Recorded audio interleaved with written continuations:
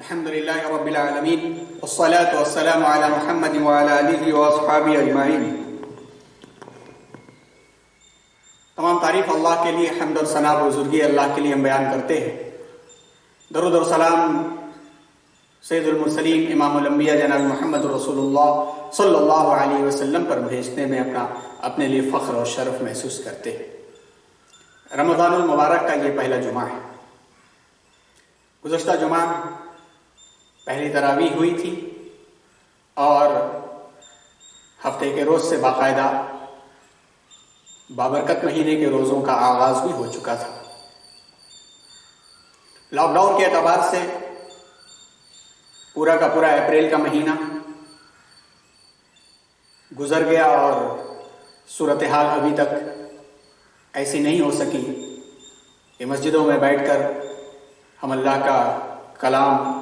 کے کلام کا پیغام سن سکیں، جمعے کے خطبات سے مستفید ہو سکیں۔ اب ان کی اہمیتوں کا اندازہ ہو رہا ہے کہ ہماری زندگی میں جمعے کی کیا اہمیت تھی، اجتماعیت کی کیا اہمیت تھی، دعاؤں کی کیا اہمیت تھی۔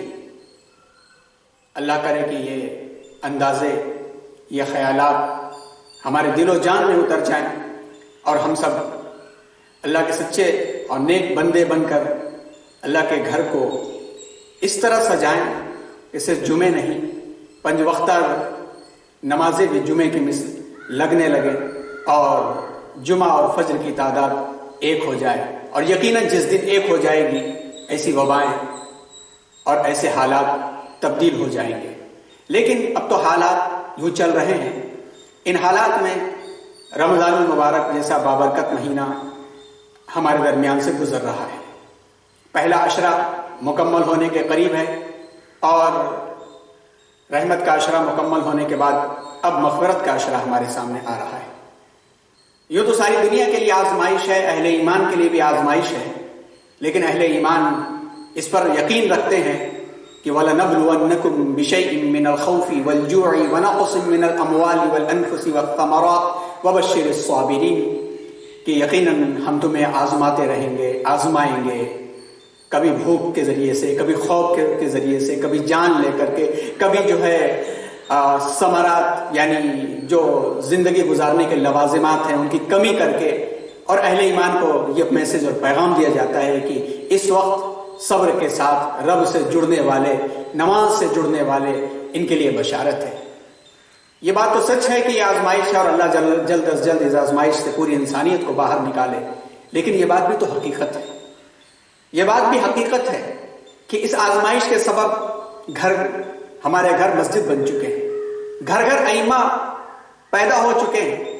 ہندوستان کے اندر ہی 20-22 کروڑ کی آبادی کو دیکھا جائے تو جہاں پر 50 سے 60 لاکھ مقامات پر تراویح ہوتی تھی، جمعے ہوتے تھے، نمازیں ہوتی تھی، اب وہ تعداد کروڑوں میں جا چکی ہے۔ جو بھی سمجھدار گھرانہ ہے، جس کے پاس بھی دین کی تھوڑی سی سمجھ ہے، دین کا تھوڑا سا شعور ہے، عقلی طور پر رب سے تھوڑی سی بھی محبت رکھتا ہے، چاہے وہ 2 سورہ ہی کیوں نہ یاد رکھے ہوئے ہو، اس وقت گھر میں 2 لوگ بھی ہیں، میاں بیوی بھی صرف اگر ہیں تو تراویح کی وہ جماعت کر رہا ہے، گویا گھر گھر میں امام پیدا ہو رہے ہیں۔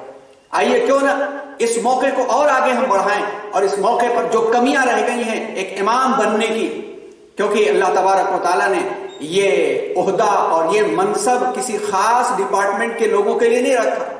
لفظ علماء صرف مدرسے کی ڈگری ہولڈرز کے لیے نہیں استعمال ہوتا ہے، لفظ علماء ہر اس شخص کے لیے استعمال ہوتا ہے جو رب کی خشیت دل میں رکھتا ہو، جو رب کے کلام کو صحیح پڑھ سکتا ہو، جو دین کی حکمتوں کو صحیح طریقے سے جانتا ہو، ہر شخص علماء میں شمار ہو سکتا ہے۔ ہم اور آپ، ہر انسان، ہر مسلمان ایک امت کا ایک حصہ علماء میں شمار ہو سکتا ہے۔ تو یہ موقع ملا ہے کہ تعلیمی طور پر یہ موقع نہیں تھے تو اب یہ کمیاں دور ہو سکتی ہیں۔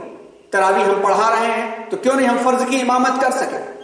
فرض کی امامت کر رہے ہیں تو کیوں نہیں اپنی تجوید ہم درست کر لیں؟ تجوید درست کرنے کے لیے بھی اللہ نے راہیں کھول دی، کسی کے پاس جانے کی بھی اب ضرورت نہیں۔ انٹرنیٹ اٹھائیں اور اس پر اچھے قرائے کرام کی آوازیں ہیں، ان کو سن کر کے، ان کی تجویدوں کو دیکھ کر کے اپنی تجویدیں درست کر لیں۔ اور ساتھ ساتھ میں امامت کے لیے جو لوازمات ہیں، دل کی سچائی، دل کی پاکی، دل کی صفائی، ارے اگر یہ نہیں کیا تو رمضان گزر جائے گا، مغفرت بھی نہیں ہو سکے گی۔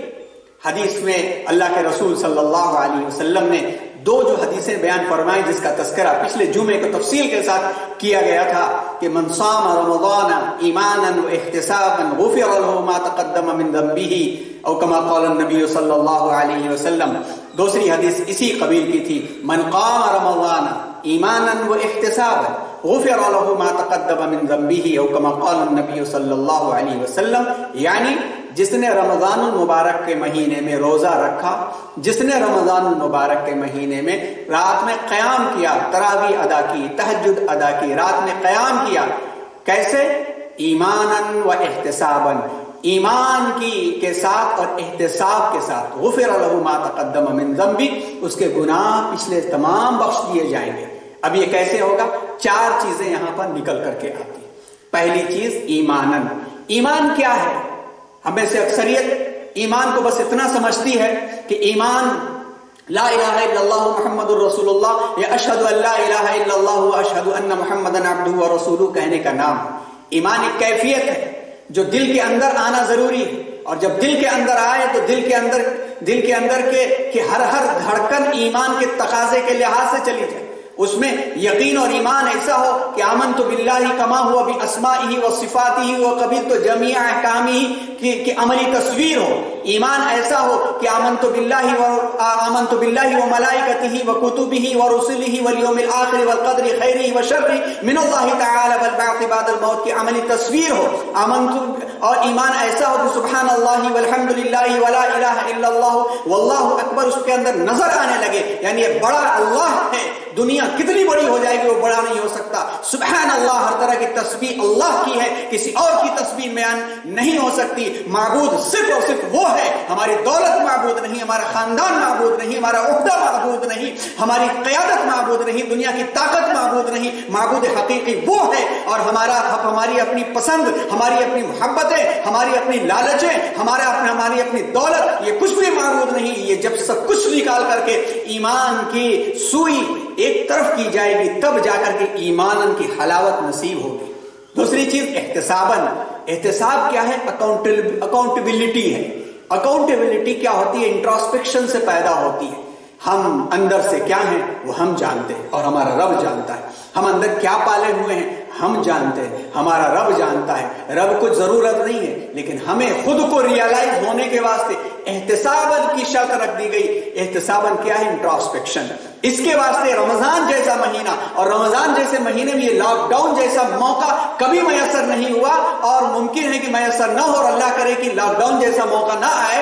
رمضان تو انشاءاللہ آتا رہے گا، جو صحت مند رہیں گے وہ پاتے رہیں گے، لیکن اس موقع پر بھی ہر دن ایک ڈائری رکھ کر کے اپنے گناہوں کو اگر ہم نے نوٹ نہیں کیا اور احتساباً کے ذریعے سے ایک جگہ بنا کر کے رات کی تنہائی میں جا کر کے رب کے سامنے ندامت کے آنسو بہا کر کے توبہ نہیں کیا، تو پھر رمضان یوں ہی گزر جائے گا اور رمضان سے ہمیں کوئی برکتیں حاصل نہیں ہوگی۔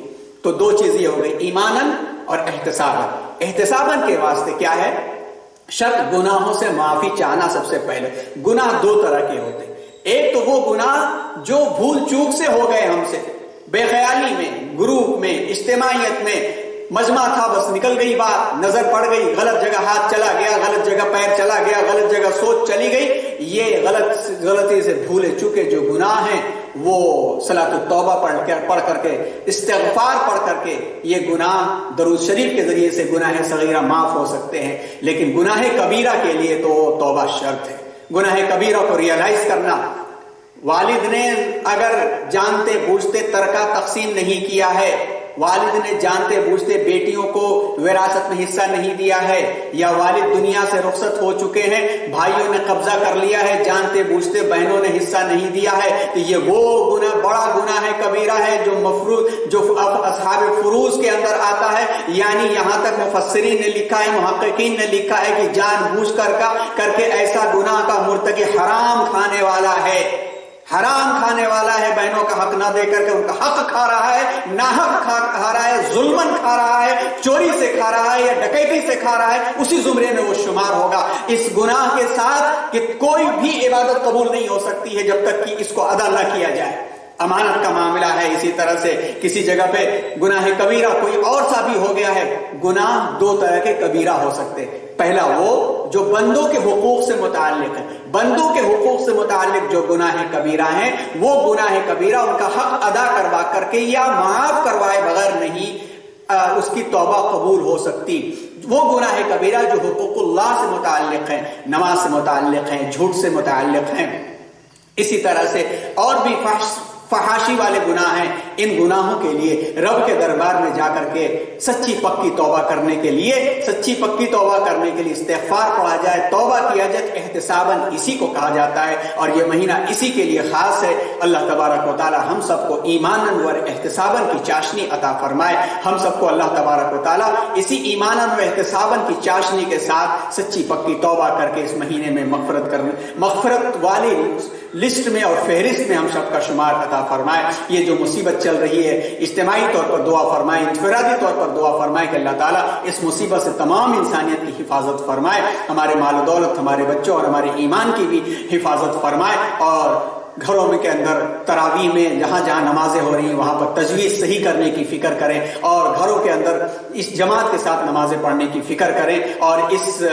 اللہ کی عطا کو اس طرح سے کریں کہ ہر شخص جو امام بننے کے لائق بن جائے، دل کے ساتھ، ظاہری کے ساتھ، اور پوری انسانیت کے حق میں دعا کریں۔ آمین وآخر دعوانا الحمدللہ رب العالمین۔